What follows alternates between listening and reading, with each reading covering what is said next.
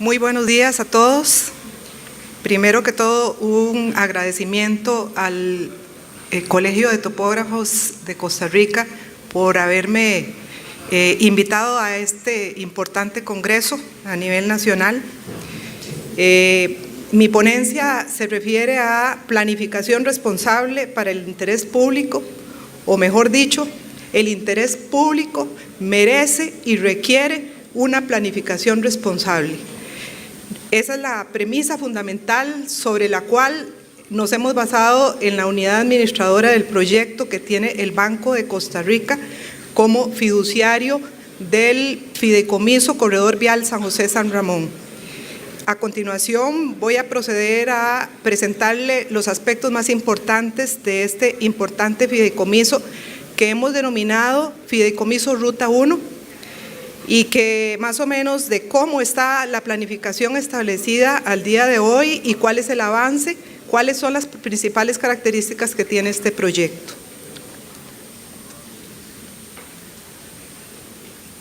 En primer lugar, los objetivos del fideicomiso. La ley 9292, que es la ley que constituye el fideicomiso del Corredor Vial San José-San Ramón, que es la ley que autorizó al Ministerio de Obras Públicas y al CONAVI como fideicomitentes del fideicomiso a suscribir un contrato para el desarrollo de esta importante obra pública. El objetivo fundamental de este fideicomiso es planificar, financiar, diseñar, construir, operar y dar mantenimiento al corredor vial San José-San Ramón, que está constituido fundamentalmente por la carretera General Cañas y por la carretera Bernardo Soto. El fideicomiso también contempla algunas radiales que están claramente definidas y detalladas en la misma ley 9292. Sin embargo, la ley lo que establece es que en una primera etapa tienen que desarrollarse primero las obras del corredor vial, es decir, la troncal que denominamos San José-San Ramón, y dependiendo de los estudios de factibilidad, incorporar cualquier radial en esta primera etapa. El resto de las radiales que no resulten factibles se desarrollarían en una segunda etapa. Aquí fundamentalmente lo que va a establecer si es factible construir las radiales en la primera etapa, lo va a determinar el flujo de ingresos que requiere el fideicomiso para poder cubrir las inversiones totales que hay que desarrollar en este importante proyecto.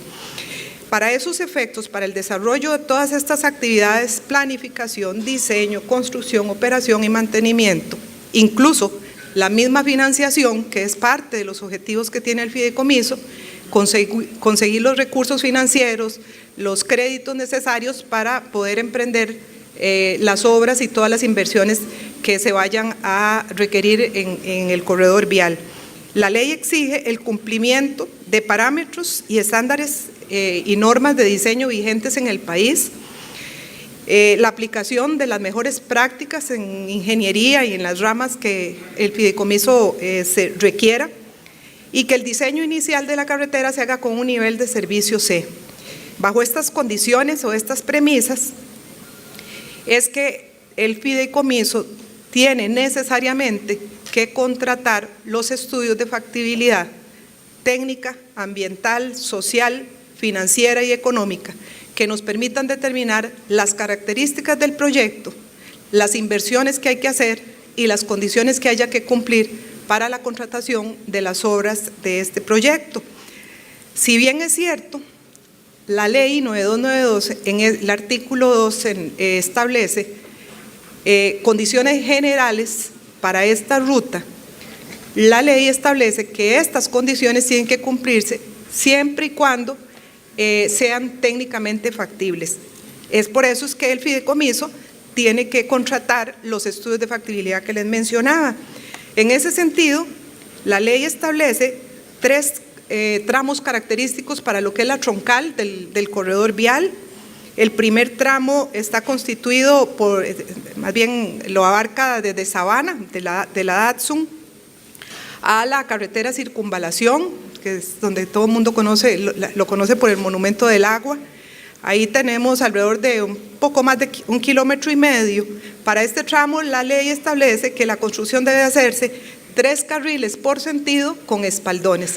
El segundo tramo, que iría de la circunvalación hasta el aeropuerto, que es alrededor de casi 13 kilómetros, la ley establece 4 carriles por sentido y espaldones.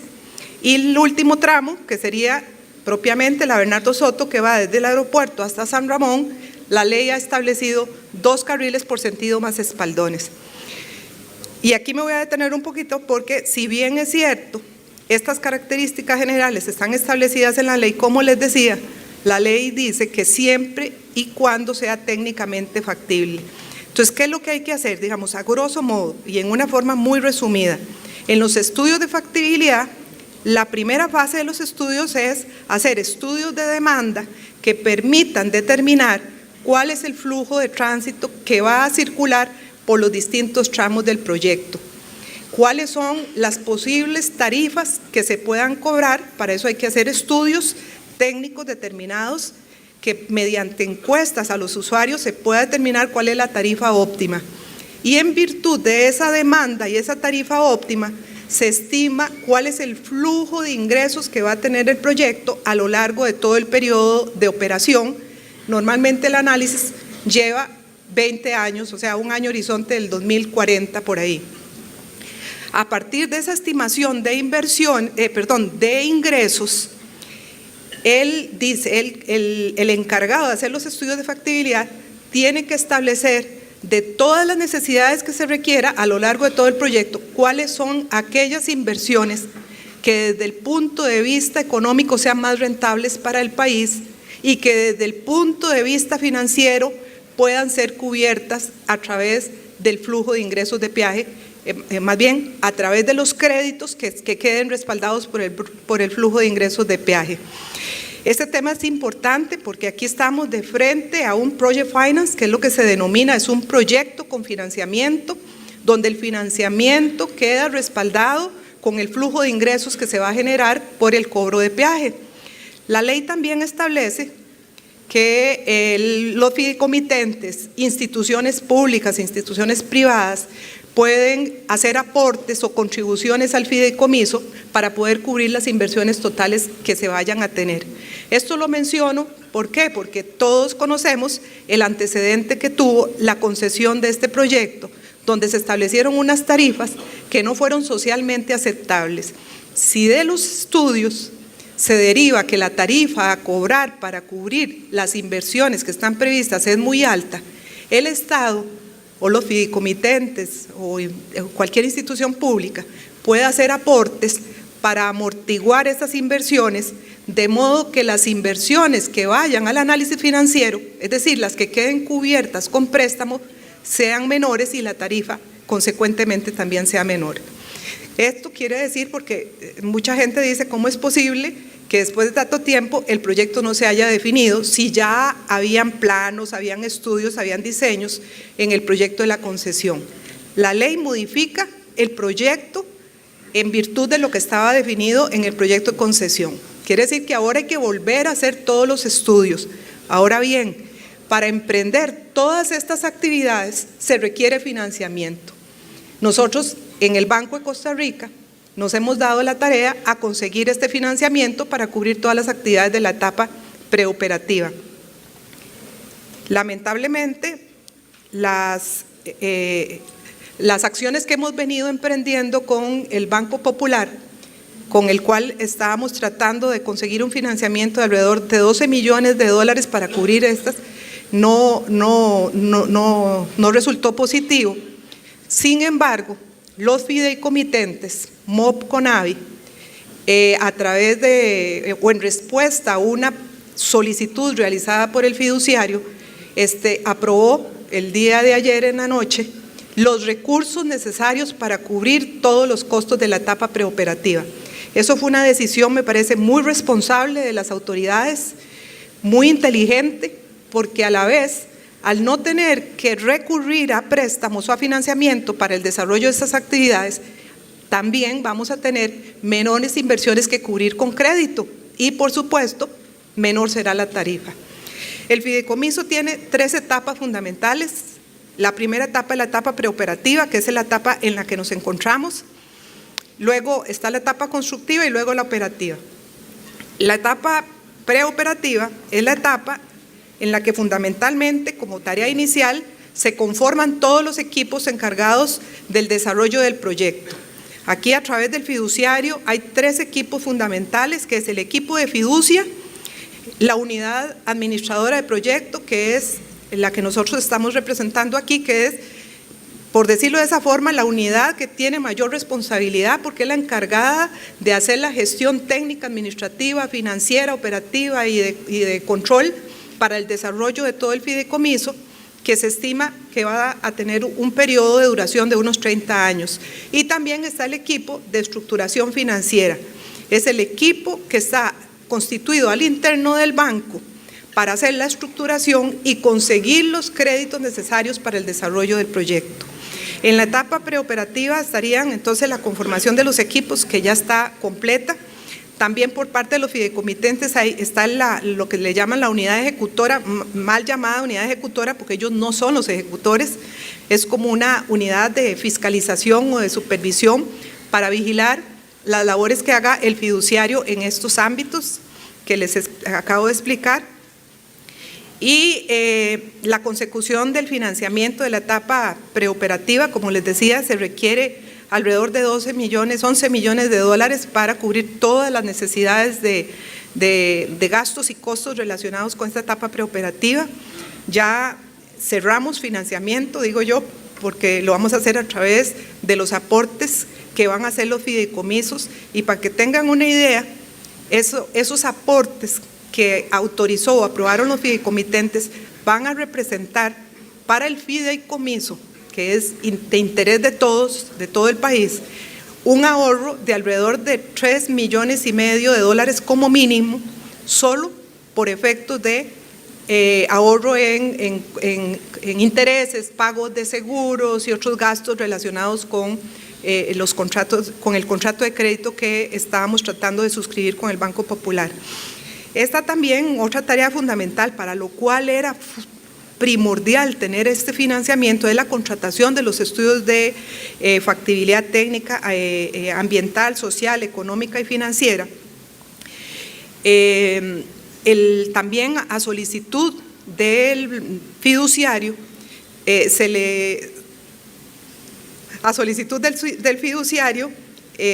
logramos conseguir los recursos necesarios para contratar. Estos estudios van a ser contratados a través del Banco Interamericano de Desarrollo. Una vez tengamos los estudios de factibilidad, pasamos entonces a la estructuración financiera y ahí ya cubrimos la etapa preoperativa. La etapa constructiva es cuando ya tengamos las empresas, la empresa constructora contratada para el diseño y la construcción.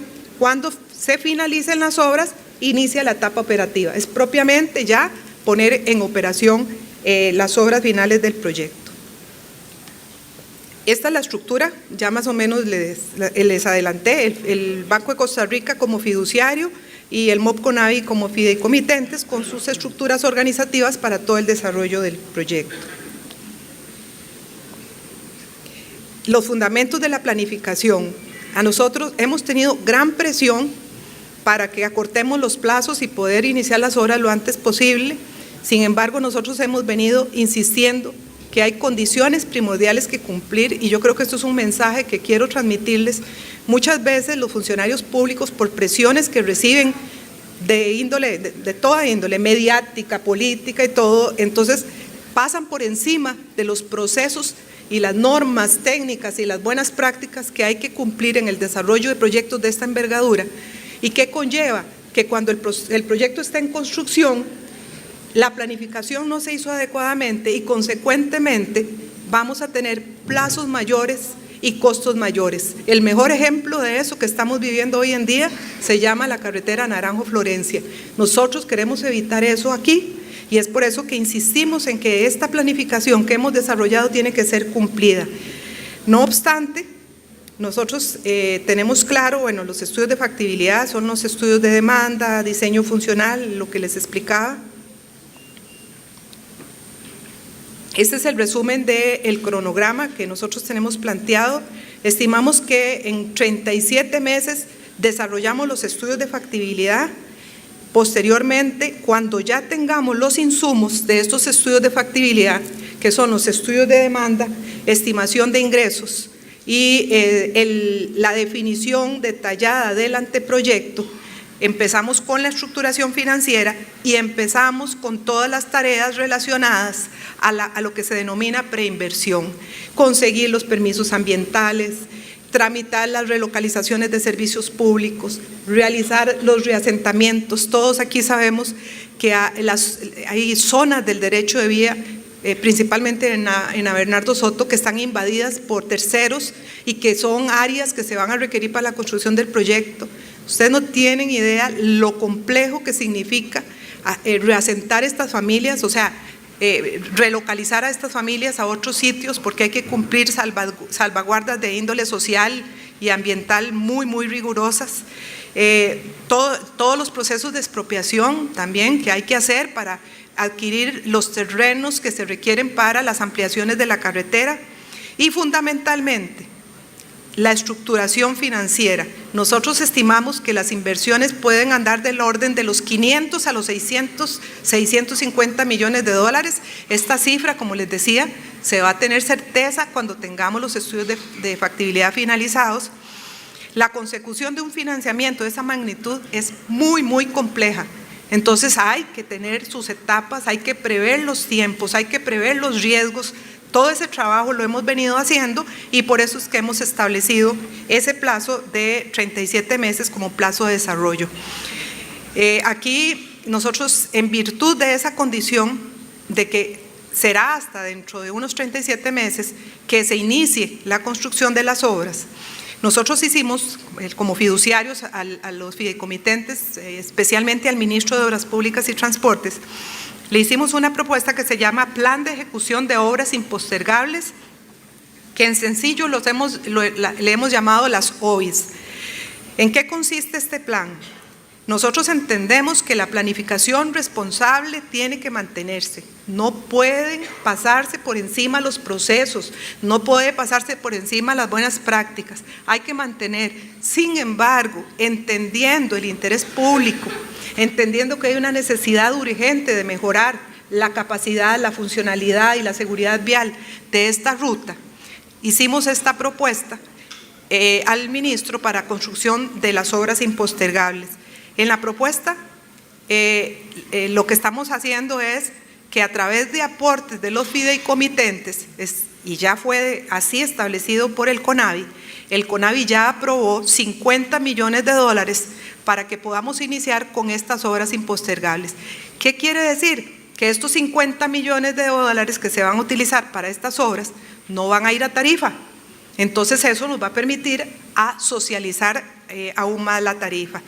En la construcción de estas obras no se trata de que hagamos obras que después haya que demoler o afectar, no, van a ser obras que quedan en forma permanente, formando parte integral del proyecto. Las obras que hemos establecido son principalmente para facilitar el plan de manejo de tránsito. Solo imagínense ustedes cuando estemos con las obras del proyecto principal, las afectaciones a lo largo de todo el corredor, en un corredor absolutamente convulsionado. Si no creamos infraestructura a tiempo, no vamos a poder establecer un buen plan de manejo y eso podría tener como consecuencia plazos de construcción muy elevados. Hay que mejorar fluidez, hay que eliminar cuellos de botella, hay que mejorar la bancabilidad, como les decía, si estas inversiones no se cargan al proyecto, entonces la tarifa se disminuye y es menor el monto que hay que conseguir para el financiamiento. Las obras que están establecidas son en Autopista General Cañas, ampliación del puente del río Torres a 8 carriles, 4 carriles por sentido, o sea, duplicar el puente, la capacidad actual. En el intercambio circunvalación, aquí es algo importante, vamos a ir viéndolas aquí si quieren. El intercambio circunvalación, en el paso inferior de la ruta 1, solo pasan 2 carriles por sentido. Ahí en ese sector la ruta 1 necesita 5 carriles por sentido. ¿Qué hacemos con la estructura? Hay que demolerla. ¿Qué hacemos cuando se demuela la estructura? ¿Dónde trasladamos los 120.000 vehículos diarios que circulan ahí. Lo que estamos proponiendo es la construcción de 2 puentes o 2 vías colectoras a ambos lados de la estructura actual, con una capacidad ya en la Ruta 1 suficiente que permita albergar la cantidad de carriles que va a tener esa ruta. Y en el proceso de demolición y construcción de la nueva estructura, desviar los flujos de tránsito hacia ese sector, mejorar significativamente las rampas y los lazos para darles más desarrollo y mayor capacidad a este importante intercambio que pensemos que a futuro, a muy corto plazo, se va a poner a habilitar la circunvalación norte. Entonces el flujo en ese corredor va a aumentar significativamente. Se va a construir un conector en el Castela. Estamos proponiendo trasladar el peaje de Río Segundo a Los Arcos en forma previa. ¿Para qué? Para poder mejorar las condiciones operacionales en ese peaje. Actualmente no se puede meter ni un carril, ni siquiera se puede automatizar, y además estamos perdiendo una cantidad de flujo importante y nos urge tener recursos adicionales provenientes del cobro de peaje. También se va a duplicar el paso a desnivel en Firestone y se va a hacer un mejoramiento a lo largo de todo el sector. Se amplía el puente del Río Segundo, también se duplica, 4 carriles por sentido. Se construye la radial Panasonic, desde la Panasonic hasta la Ruta 1 y Ruta 3 se construye la radial, son como 3.6 kilómetros, con el intercambio, un paso a desnivel que viene a sustituir la intersección semaforizada del aeropuerto que por tantos años venimos sufriendo. Se construye el intercambio, ya les dije. En el tramo 3, que es la Bernardo Soto, se amplía el puente del río Ciruelas a 3 carriles por sentido, actualmente tiene 1, igual que el río Alajuela. Se construyen pasos a desnivel, o sea, intersecciones a desnivel en el Fanal. La Fanal existe, pero se hace una mejora significativa en Naranjo, en Grecia, en Río Grande y en San Ramón. Esas son las principales obras que vamos a desarrollar. Se estima un costo total de $100 millones y la idea es emprender estas obras más o menos a mediados del otro año, es decir, vamos a adelantar la construcción en etapa preoperativa, empezando con estas obras prioritarias, como les decía, para ir preparando el corredor vial para que cuando empecemos la construcción del proyecto integral de todas las obras del corredor, no generemos tanto impacto en los usuarios y fundamentalmente también en todas las zonas aledañas, el comercio, el desarrollo industrial, todo que está para mitigar ese efecto que va a tener la construcción de este importante proyecto.